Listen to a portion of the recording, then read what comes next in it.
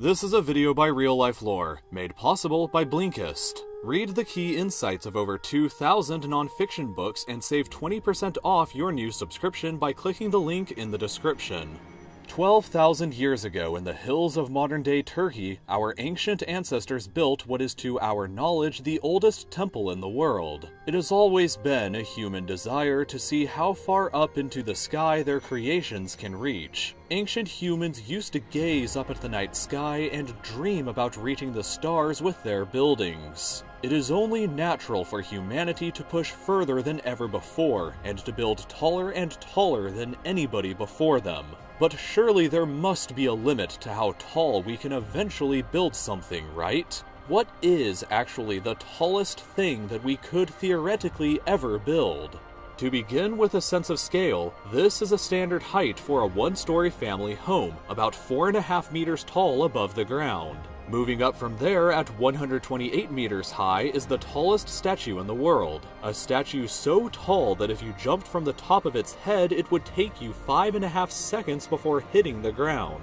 Just a bit higher at 139 meters is the tallest roller coaster in the world. But that's not quite as high up as the Great Pyramid of Giza, which was built a very long time ago in 2570 BC. Once completed, it was by far the tallest thing that we humans had ever built, and it maintained that record for an unbelievable 3,881 years, until it was finally beaten in the year 1311 in England. The Lincoln Cathedral reached a soaring height of 160 meters into the sky, and that remained the tallest thing that humans had ever achieved until kind of recently in 1884, when the Washington Monument in Washington, D.C. finally surpassed its height at 169 meters. The tallest Ferris wheel in the world currently is roughly the same height as this monument, so the monument clearly didn't remain the tallest structure for very long. The Eiffel Tower surpassed it quickly and was 301 meters high above the ground, which absolutely dwarfed everything that humans had ever built before it. The Eiffel Tower kind of opened up Pandora's box though in terms of how tall we could possibly build something. With the advent of wrought iron and steel, the height of our structures could get much greater.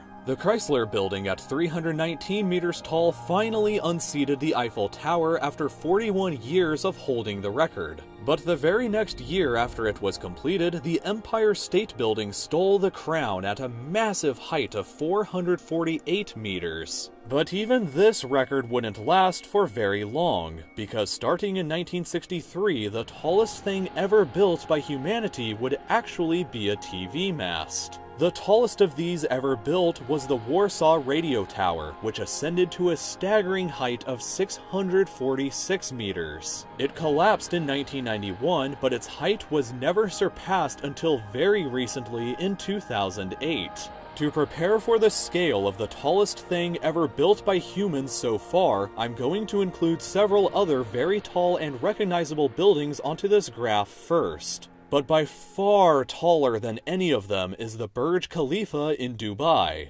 This monster building is 830 meters tall. It takes 2,909 steps to walk up from the ground floor to the top. Or you can take an elevator ride that takes 2 minutes and 40 seconds. If you jumped from the top and somehow hit the ground without hitting any part of the building, it would take you 20 seconds to fall the entire distance. Go ahead and start a timer at 20 seconds to understand how long of a fall that actually is. But the Burj Khalifa is only how tall we have built, not how tall we possibly could build. If we wanted to, we could build something significantly higher, so what's preventing us from doing that right now? In theory, there really isn't a limit to how tall we could build something at all, so long as we kept expanding the base of the structure to support the added weight on the top.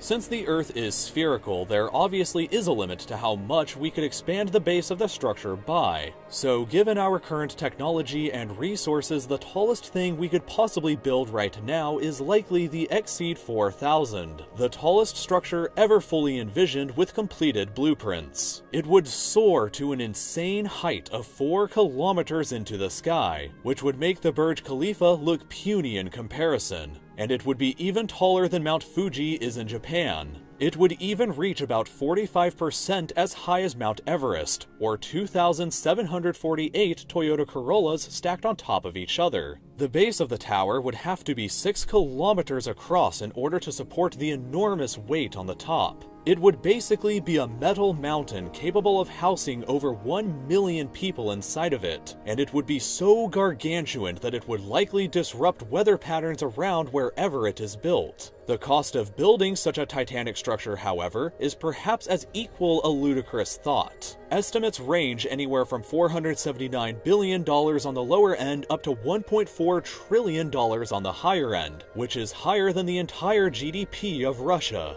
The Exceed 4000 is a true testament to possibility, and if we decided to build it today, there's nothing that could stop us from finishing it tomorrow. In the future, it may become possible to build even more outrageous structures like a space elevator 100,000 kilometers above the Earth's surface. But since that currently isn't possible, I decided to leave it out of this video until now. There doesn't exist a material that we can produce enough of that is both strong and light enough to build a space elevator. But if our technology advances enough in the future, it is theoretically possible to build, which makes this probably the tallest thing that could ever be built on Earth in humanity's future. For some perspective, the International Space Station only orbits around the Earth this far away from the surface, while the 100,000 kilometer space elevator would stretch all the way out to here. Due to the Earth's rotation, the top of this elevator would be moving incredibly fast relative to the surface. This means that people on board would experience a modest amount of time dilation, similar to what astronauts on board the International Space Station experience today. Astronaut Scott Kelly, for example, spent an entire year aboard the space station, and as a result of time dilation, he returned back to Earth 0.01 seconds younger than his identical twin brother.